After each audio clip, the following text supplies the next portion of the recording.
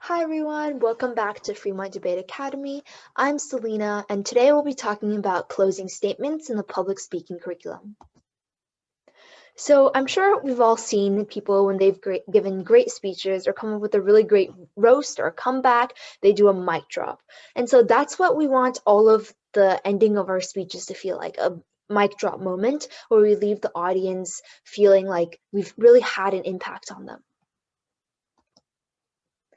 So first, at the very beginning of the closing of your speech, you want to start with a summary.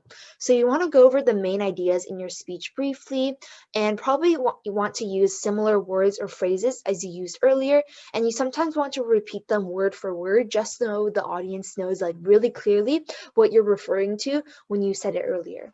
This is because it helps the audience remember it even after you finished your speech. So after you're gone and they go home, they still remember the main ideas because that's the beginning and the end that they are more likely to remember. You also want to use key words that you've said before, like the topic sentences of an essay. You want to use those key, really important words and bring them up again just so it's more fresh in their mind. You don't want to just repeat facts or pieces of evidence, but you want to add on to what you were saying earlier. So you want to shed light on insight that you had during the speech. And if you were in a debate giving your third speech, you might want to repeat your assertion and elaborate and really terminalize your impacts further instead of just repeating evidence again. That often is a lot more impactful and a lot more persuasive to the audience and helps them remember the key things rather than just a specific piece of evidence that is useless without any context. You also want to have a call to action. So usually this might be the last sentence or a few sentences at the end of your speech, and it's a bigger idea for the audience to think about. And because it says a call to action, it's usually something for them to do or think about doing. So an example of this is if my topic was blood types and diseases, and I was informing the audience about what types of diseases there are and things like that, then at the end of my speech, I would have a call to action that is urging for a blood and organ donation. That's asking the audience to donate money to a nonprofit organization or some way that you can help people with these diseases. So you can also encourage your audience to reflect on an essential question.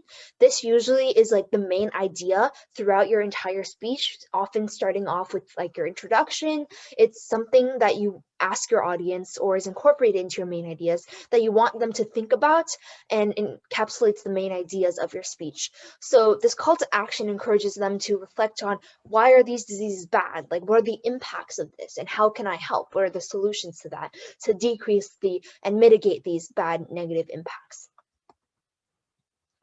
And a really effective way to leave your audience with a mic drop moment is tiebacks.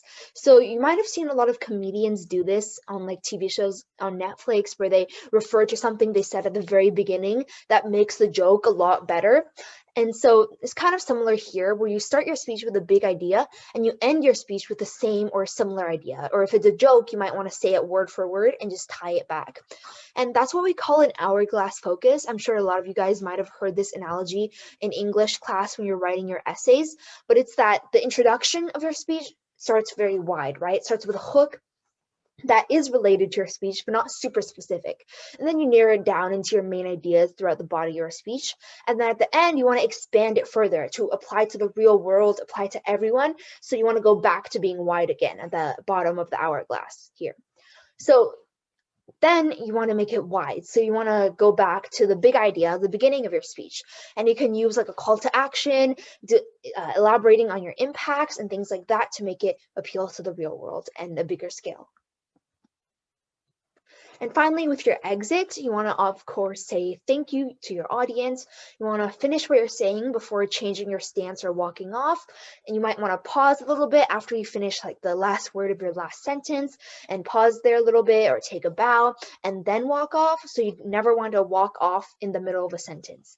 You also want to make sure you have a confident exit. If you're giving an actual speech in front of an audience, on a stage, you want to have appropriate body language. So you might want to take a bow and then But if you're in a debate, usually would be in like a room with your opponents. You might just want to sit down or walk off and shake hands.